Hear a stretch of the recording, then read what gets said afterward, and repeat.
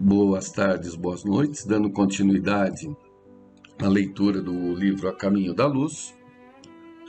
Estamos no capítulo 11, Época de Transição, em que Emmanuel está apresentando a queda da Bastilha de 14 de julho de 1789 como símbolo da tomada do poder pelo povo em substituição à monarquia absolutista. A Bastilha era uma prisão e essa que já estava em desativação, e simbolicamente o povo a invadiu e começou um processo de demolição rápido,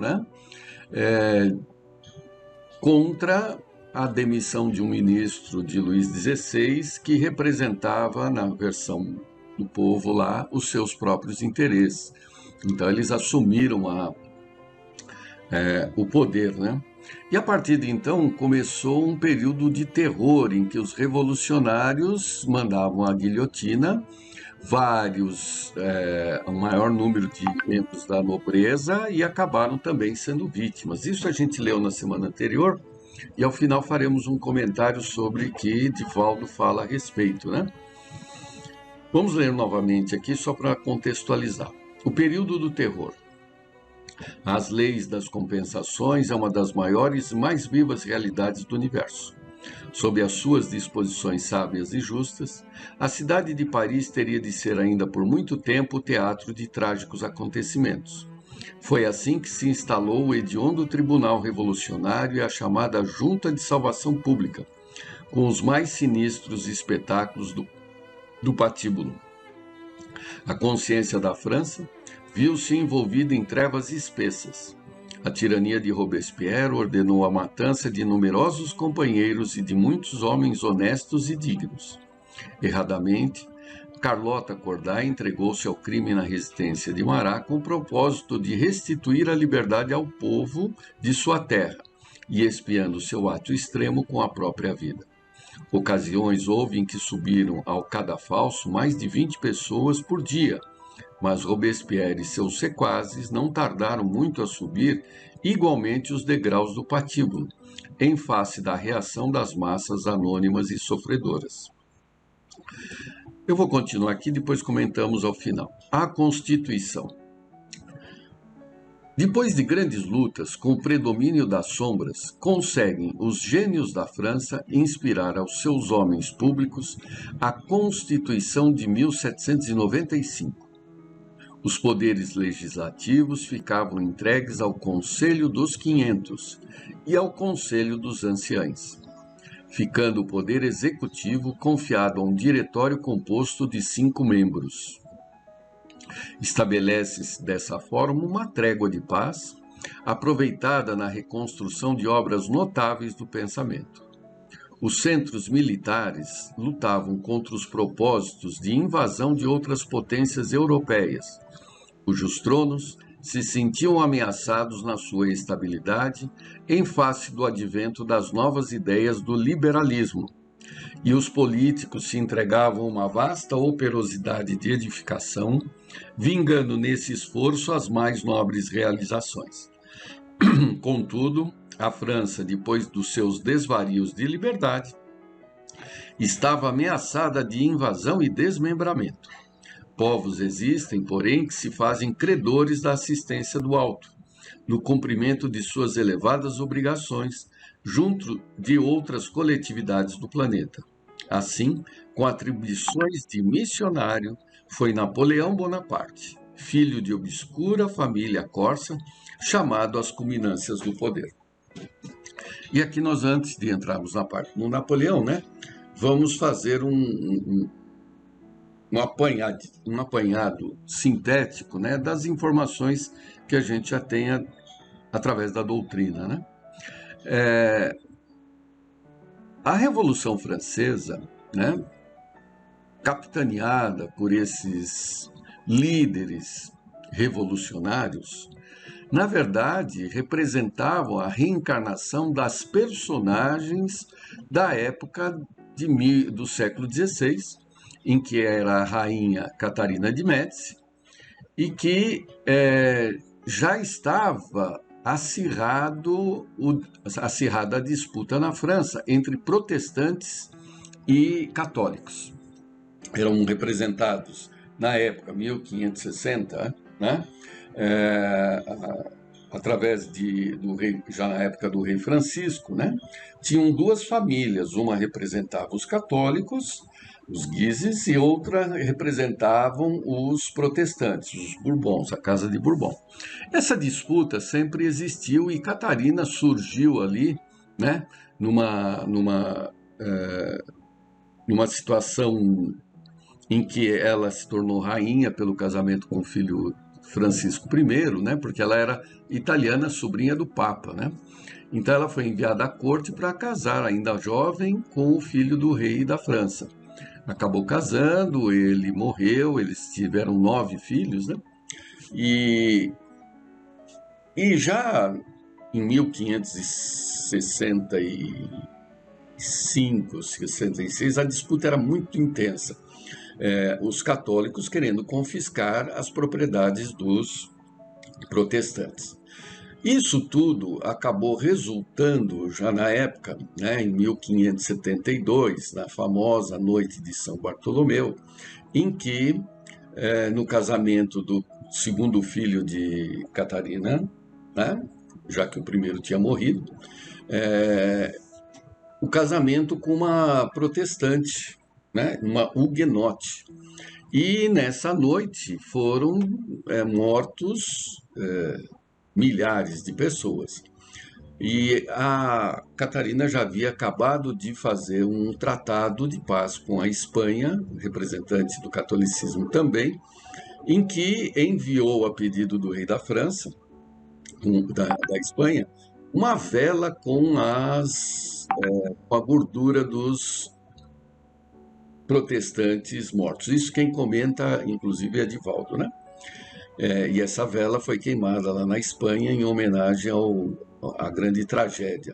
Essas personagens todas que provocaram essa matança em 1572, elas compõem as personagens da Revolução Francesa do período de terror, né?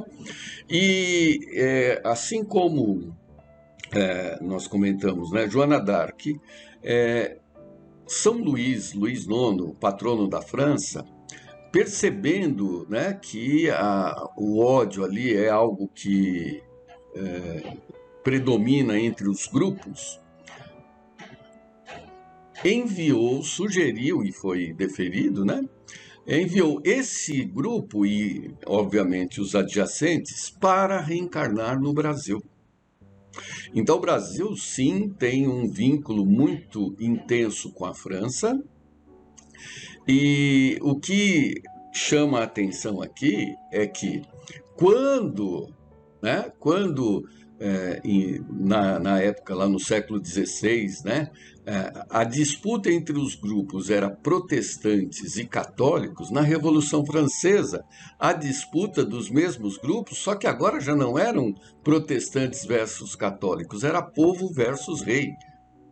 Mas o importante é que os grupos continuam se chocando. Perceberam aonde a gente quer colocar?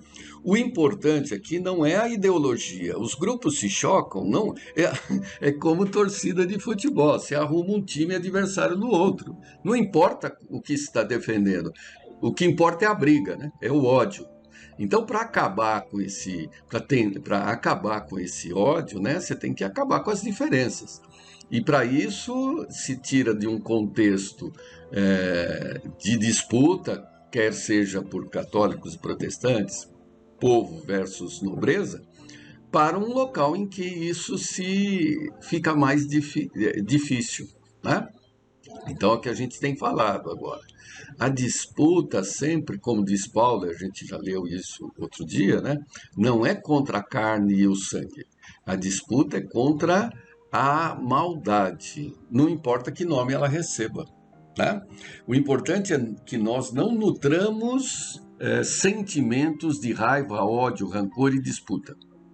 Não importa sob que bandeira. Se ela é religiosa, política, não interessa, né? Nós espíritas, o que nós temos que fazer é reprimir esses sentimentos, né? Qualquer que seja a situação, porque é esse que nos condena, é esse quem nos mantém sempre nas disputas, sempre no enfrentamento, né? Sempre na briga. Né? Muito bem. E aqui entra, dito isso, né? A gente vai entrar agora no período de restabelecimento da ordem, né, na França, porque como Emmanuel colocou, a França coletivamente é credora, né, de proteção espiritual. E por isso, né, já que ela ia ser invadida, ia ser desmembrada, como sempre foi entre todos os países da Europa, né? É sempre um querendo entrar no território do outro, né? Até hoje, né? Então, uma forma de tirá-los dessa situação e manter a unidade da França foi através da reencarnação de Napoleão. Eu vou ler aqui o texto do Emmanuel, e se der tempo eu entro no do irmão X, senão o do irmão X ficará para a semana que vem. É sobre a coroação de Napoleão, também um evento no meio espírita muito destacado, vocês vão entender por quê, e que tem menções, inclusive na Revista Espírita, e obras bem claras. Então, a associação entre os espíritos, né, entre nós, já neste mundo, é muito intensa, né? Por isso que temos que ter uma certa relatividade nos valores nacionalistas, né? Nos valores que a gente defende. Somos brasileiros? Sim, nossa, somos mesmo. Graças a Deus pelo Brasil. Porém, somos brasileiros nessa encarnação, ou talvez nessa e na anterior, ou no máximo em 3 encarnações, 4, mas nem sempre fomos só brasileiros, porque o Brasil nem existia, né? Também já fomos romanos, já fomos franceses, já fomos, sei lá, todas as outras nações aí da história da humanidade. Então, o importante não é a nossa nacionalidade como valor maior, né? O nosso é um valor relativo, né? Por isso que para nós o maior valor aqui dentro da religião é Deus, né? E tudo que nos conduz a Ele. No caso particular nosso é a religião espírita, porque contamos com o esclarecimento desses irmãos que nos antecederam à pátria espiritual. Vamos continuar. Napoleão Bonaparte. O humilde soldado corso, destinado a uma grande tarefa na organização social do século XIX, não soube compreender as finalidades de sua grandiosa missão. Bastaram as vitórias de Arcole e de Rivoli, com a paz de Campo Fórmio em 1797, para que a vaidade e a ambição lhe assombrassem o pensamento. A expedição ao Egito, muito antes de Waterloo, assinalava para o mundo espiritual a pouca eficácia do seu esforço, considerado o espírito de orgulho e de imperialismo que predominou nas suas energias transformadoras. Assediado pelo sonho de domínio absoluto, Napoleão foi uma espécie de Maomé transviado, da França do liberalismo. Assim como o profeta do Islã pouco se aproximara do Evangelho, que a sua ação deveria validar, também as atividades de Napoleão pouco se aproximaram das ideias generosas que haviam conduzido o povo francês à Revolução.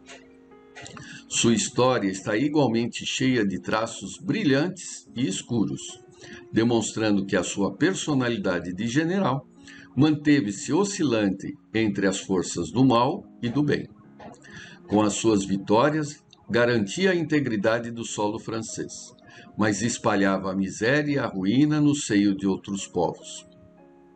No cumprimento da sua tarefa, organizava-se o Código Civil, estabelecendo as mais belas fórmulas do direito, mas difundiam-se a pilhagem e o insulto à sagrada emancipação de outros, com o movimento dos seus exércitos na absorção e anexação de vários povos. Sua fronte de soldado pode pôde ficar laureada para o mundo, de tradições gloriosas e verdade é que ele foi um missionário do alto, embora traído em suas próprias forças, mas no além, seu coração sentiu melhor a amplitude das suas obras, considerando providencial a pouca piedade da Inglaterra, que o exilou em Santa Helena, após o seu pedido de amparo e proteção. Santa Helena, a ilha, representou para o seu espírito o prólogo das mais dolorosas e mais tristes meditações na vida do infinito. Então, retomando aqui, né, Napoleão era um missionário, né? Ele era, que se percebe aqui, a reencarnação de generais romanos, de um dos generais romanos de grande qualidade. Era um gênio mesmo, gênio intelectual, né?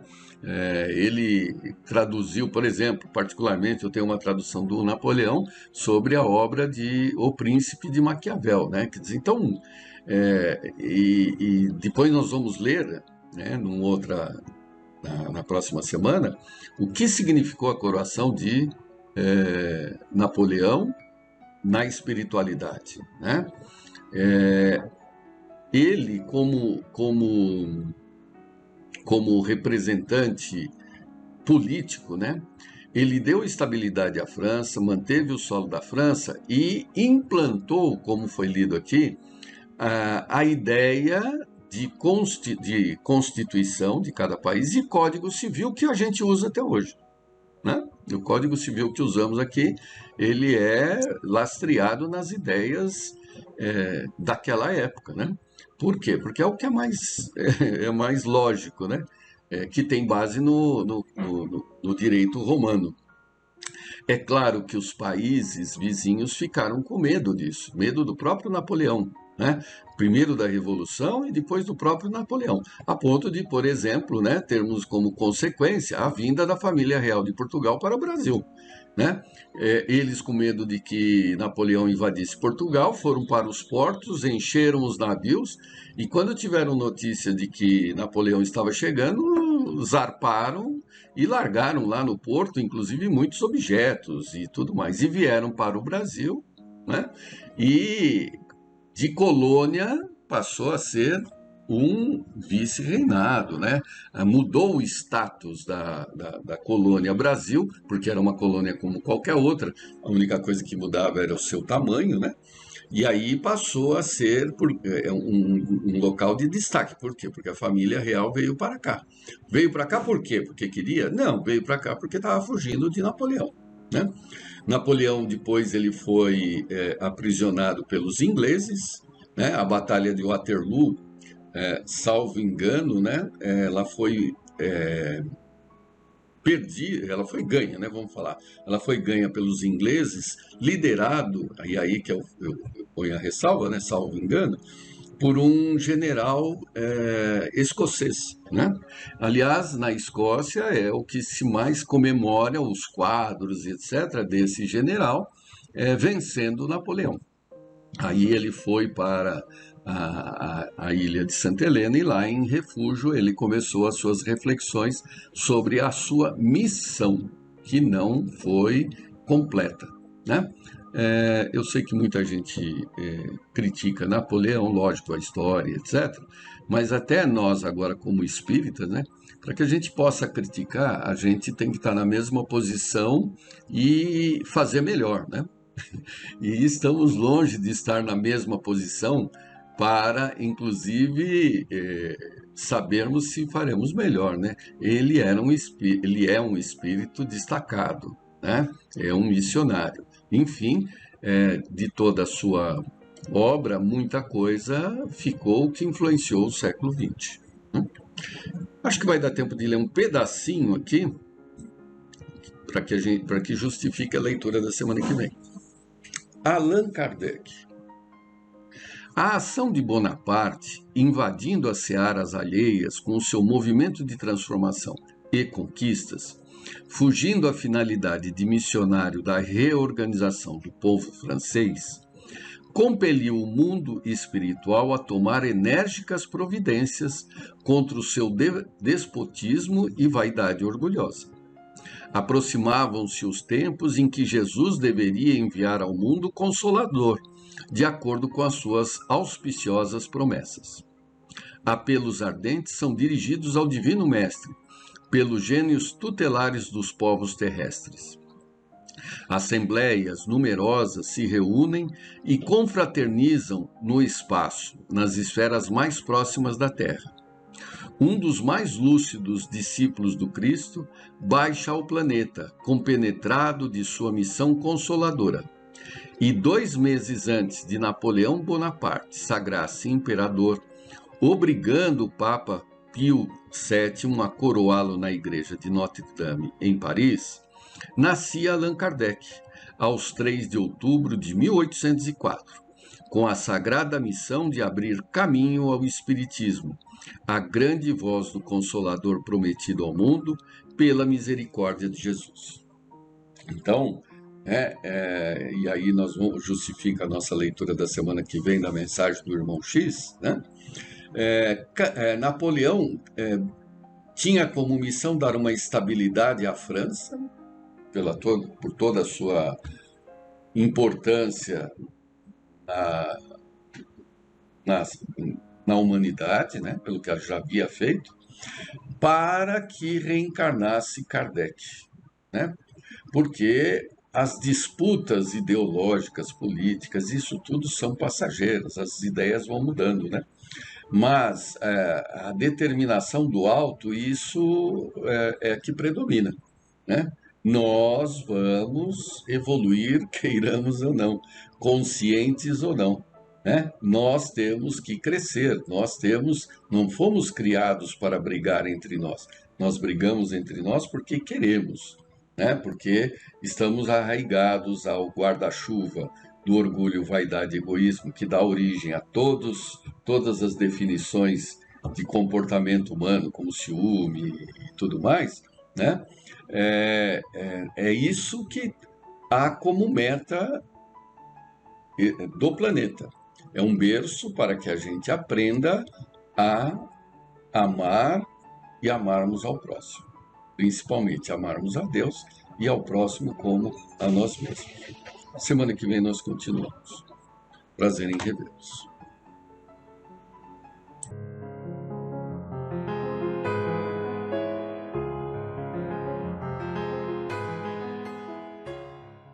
Que a paz de Jesus esteja junto a cada coração.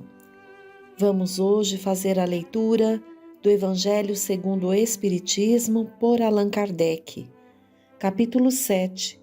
Bem-aventurados os pobres de espírito. Mistérios ocultos aos sábios e prudentes. Item 7. Naquele tempo, respondendo, Jesus disse: Graças te dou a ti, Pai, Senhor do céu e da terra, porque escondestes estas coisas aos sábios e prudentes, e as revelaste aos simples e pequeninos. Mateus, capítulo 11, versículo 25. Item 8. Pode parecer estranho que Jesus renda graças a Deus por haver revelado essas coisas aos simples e pequeninos, que são os pobres de espírito, ocultando-as aos sábios e prudentes, mais aptos aparentemente a compreendê-las.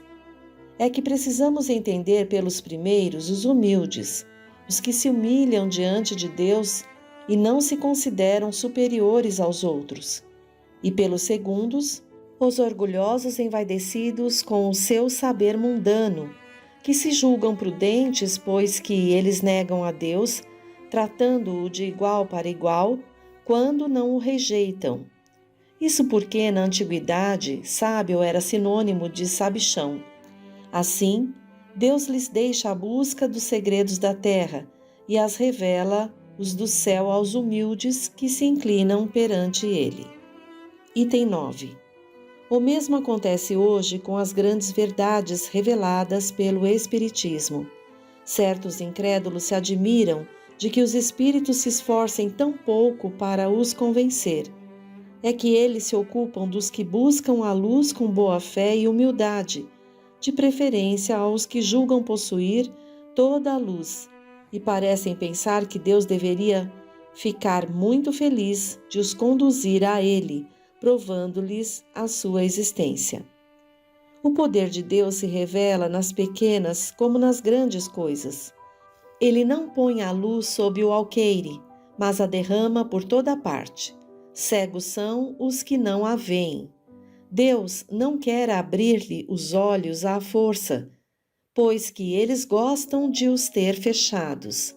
Chegará a sua vez, mas antes é necessário que sintam as angústias das trevas e reconheçam Deus, e não o acaso, na mão que lhes fere o orgulho.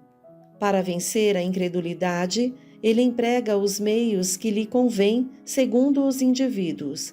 Não é a incredulidade que lhe dá de prescrever o que deve fazer ou o que lhe vai dizer. Se quiserdes me convencer, é necessário que faças isto ou aquilo, neste momento e não naquele, porque este é o que me convém. Não se admirem, pois, os incrédulos, se Deus e os espíritos, que são os agentes da sua vontade, não se submetem às suas exigências. Perguntem o que diriam se o último dos seus servos lhes quisesse fazer imposições. Deus impõe condições, não se submete a elas. Ouve com bondade os que o procuram humildemente, e não os que se julgam mais do que ele. Item 10. Deus, dir-se-á, não poderia tocá-los pessoalmente por meio de prodígios evidentes, perante os quais o mais duro incrédulo teria de curvar-se? Sem dúvida que o poderia, mas nesse caso onde estaria o seu mérito? E ademais, de que serviria isso? Não os vemos diariamente recusar a evidência e até mesmo dizer, ainda que o visse, não acreditaria, pois sei que é impossível? Se eles se recusam a reconhecer a verdade, é porque o seu espírito ainda não está maduro para compreender, nem o seu coração para sentir. O orgulho é a venda que lhes tapa os olhos. Que adianta apresentar a luz a um cego? Seria preciso, pois, curar primeiro a causa do mal. Eis porque, como hábil médico, ele castiga primeiramente o orgulho.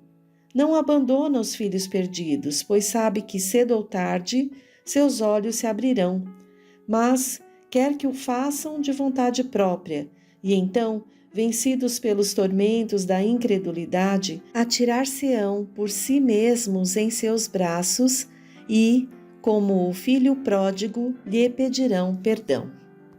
Bem, nesse trecho já podemos refletir que o orgulho é o nosso pior escolho para que compreendamos as leis de Deus, para que compreendamos a nós mesmos. Vejam que esta pode ser a primeira encarnação a qual estamos buscando a humildade para aprender verdadeiramente as lições do Cristo através da doutrina espírita. Quanto dos nossos olhos ainda estão fechados, o quanto ainda estamos carregando essa cegueira por conta do orgulho, do egoísmo e da vaidade. Então, que possamos estar atentos e retirando de nós pouco a pouco essas ervas daninhas das dificuldades morais, das mazelas morais que trazemos, poderemos compreender o que é revelado apenas aos simples e aos humildes. Vamos agora para Instruções dos Espíritos, item 12. É uma mensagem de Adolfo, bispo de Alger, Marmande, 1862. Homens, por que lamentais as calamidades que vós mesmos amontoastes sobre a vossa cabeça? Desprezastes a santa e divina moral do Cristo. Não vos admireis de que a taça da iniquidade tenha transbordado por toda a parte. O mal-estar se torna geral. A quem se deve senão a vós mesmos, que incessantemente procurais aniquilar-vos uns aos outros? Não podeis ser felizes sem mútua benevolência, e como poderá esta existir juntamente com o orgulho? O orgulho eis a fonte de todos os vossos males. Dedicai-vos, pois, à tarefa de destruí-lo, se não quiserdes perpetuar as suas funestas consequências. Um só meio tendes para isso, mas infalível. Tomai a lide do Cristo, por regra invariável de vossa conduta, essa lei que haveis rejeitado ou falseado na sua interpretação. Por que tendes em tão grande estima o que brilha e encanta vossos olhos, em lugar do que vos toca o coração? Porque o vício que se desenvolve na opulência é o objeto da vossa reverência, enquanto só tendes um olhar de desdém para o verdadeiro mérito, que se oculta na obscuridade? Que um rico libertino perdido de corpo e alma se apresente em qualquer lugar e todas as portas lhe serão abertas, todas as honras lhe serão dispensadas, enquanto dificilmente se concede um gesto de proteção ao homem de bem que vive do seu trabalho. Quando a consideração que se dispensa às pessoas é medida pelo peso do ouro que elas possuem ou pelo nome que trazem, que interesse pode ter elas em se corrigirem de seus defeitos? Bem diferente seria, entretanto, se o vício dourado fosse fustigado pela opinião pública, como é o vício andrajoso. Mas o orgulho é indulgente para tudo quanto o agrada. Século de concupiscência e de dinheiro, dizeis vós. Sem dúvida, mas por que deixastes as necessidades materiais se sobreporem ao bom senso e à razão? Por que cada qual deseja se elevar sobre o seu irmão? Agora, a sociedade sofre as consequências. Não esqueçais que um tal estado de coisas é sempre o sinal da decadência moral. Quando o orgulho atinge o seu extremo, é indício de uma próxima queda, pois Deus pune sempre os soberbos.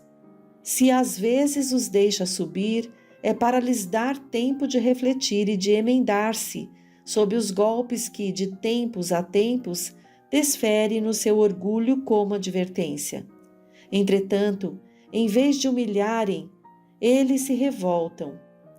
Então, quando a medida está cheia, ele a vira de repente e a queda é tanto mais terrível quanto mais alto tiverem se elevado.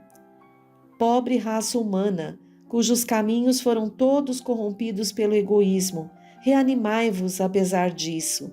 Na sua infinita misericórdia, Deus envia um poderoso remédio aos teus males, um socorro inesperado à tua aflição. Abre os olhos à luz, eis que as almas dos que se foram estão de volta para te recordar os verdadeiros deveres. Elas te dirão com a autoridade da experiência quanto as vaidades e as grandezas de vossa passageira existência são pequeninas diante da eternidade.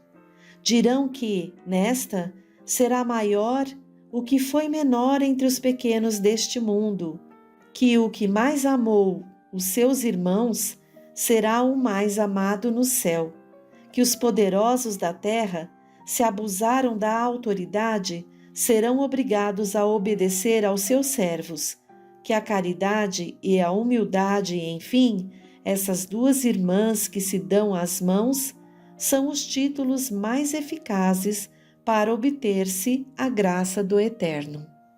O próximo trecho. Missão do homem inteligente na Terra. Mensagem de Ferdinando, Espírito Protetor, Bordeaux, 1862. Item 13. Não vos orgulheis por aquilo que sabeis, pois esse saber tem limites bem estreitos no mundo que habitais.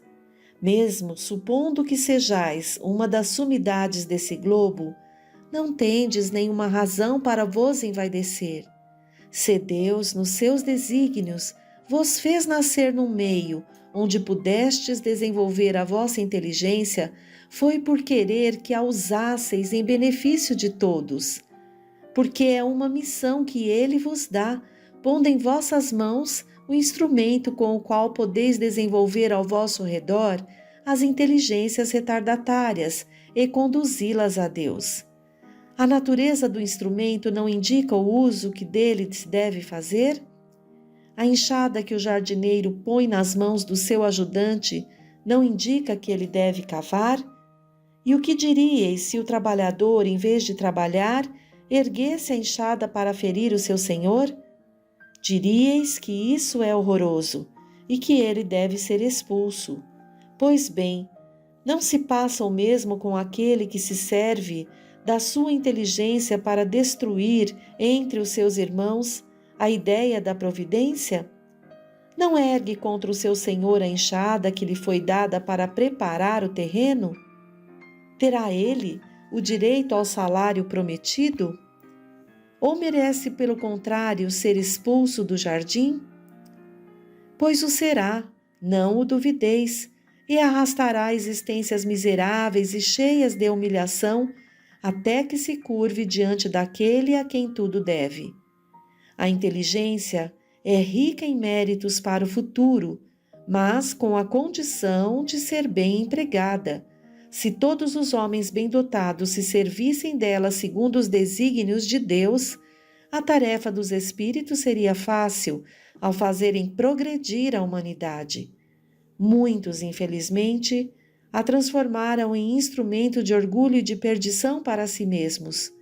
O homem abusa de sua inteligência, como de todas as suas faculdades, mas não lhes faltam lições, advertindo-o de que uma poderosa mão pode retirar-lhe o que ela mesma lhe deu. Novamente o Evangelho a nos iluminar a consciência para que estejamos vigilantes com relação ao orgulho que trazemos, que tanto nos impede de estar verdadeiramente nas fileiras do Cristo sem vacilar. Então, tanto Adolfo quanto Ferdinando colocam essa questão do orgulho como sendo a fonte de todos os nossos equívocos, os nossos males. Agora nós vamos pegar do Livro da Esperança, de Emmanuel, psicografado pelo nosso Chico Xavier, no item 17, Supercultura. Traz os 2 trechinhos do Evangelho que acabamos de ver. Abre aspas. Graças te rendo, ó Pai, Senhor dos céus e da terra, que por haveres ocultado estas coisas aos doutos e aos prudentes, e por as teres revelado aos simples e pequeninos. Fecha aspas. Jesus, Mateus, capítulo 11, versículo 25. E, abre aspas, homens, por que vos queixais das calamidades que vós mesmos amontoastes sobre as vossas cabeças? Desprezastes a santa e divina moral do Cristo. Não vos espanteis, pois, de que a taça da iniquidade haja transbordado de todos os lados. Fecha aspas. Do capítulo 7, item 12 do Evangelho segundo o Espiritismo que acabamos de ler. Emmanuel nos diz: alfabetizar e instruir sempre. Sem escola, a humanidade se embaraçaria na selva. No entanto, é imperioso lembrar que as maiores calamidades da guerra procedem dos louros da inteligência sem educação espiritual. A intelectualidade requintada entretece lauréis à civilização, mas por si só não conseguiu até hoje frenar o poder das trevas. A supercultura monumentalizou cidades imponentes e estabeleceu os engenhos que as arrasam. Levantou embarcações que se alteiam como sendo palácios flutuantes e criou o torpedo que as põe a pique. Estruturou asas metálicas poderosas que, em tempo breve, transportam o homem através de todos os continentes e aprumou o bombardeiro que lhe destrói a casa. articulou máquinas que patrocinam o bem-estar no reduto doméstico e não impede a obsessão que, comumente, decorre do ócio demasiado. Organizou hospitais eficientes e, de quando a quando, lhes superlota as mínimas dependências com os mutilados e feridos, enfileirados por ela própria nas lutas de extermínio. Alçou a cirurgia às inesperadas culminâncias e aprimorou as técnicas do aborto. E ainda agora realiza incursões a pleno espaço, nos albores da astronáutica, e examina do alto os processos mais seguros de efetuar aniquilamentos em massa pelo foguete balístico. Iluminemos o raciocínio sem descurar o sentimento. Burilemos o sentimento sem desprezar o raciocínio. O Espiritismo, restaurando o cristianismo, é universidade da alma. Nesse sentido, vale recordar que Jesus, o Mestre por excelência, nos ensinou, acima de tudo, a viver construindo para o bem e para a verdade, como a dizer-nos que a chama da cabeça não derrama a luz da felicidade sem o óleo do coração. Então aqui finalizamos as reflexões de hoje que o Evangelho nos trouxe no capítulo 7, Bem-aventurados os pobres de espírito, onde há o alerta para a importância de olharmos para nós mesmos, nos reconhecendo filhos de Deus, ainda distantes da imperfeição, mas com todas as possibilidades de consegui-la, observando, praticando os ensinamentos do Cristo Jesus, que nos aguarda cada vez mais, possamos estar afinados com Ele, ombro a ombro, no trabalho do bem. Que Deus Pai nos auxilie a olhar e seguir o caminho, a verdade e a vida que Ele, esse Pai amoroso, nos enviou para ser o nosso modelo. Um abraço a todos e até o próximo encontro.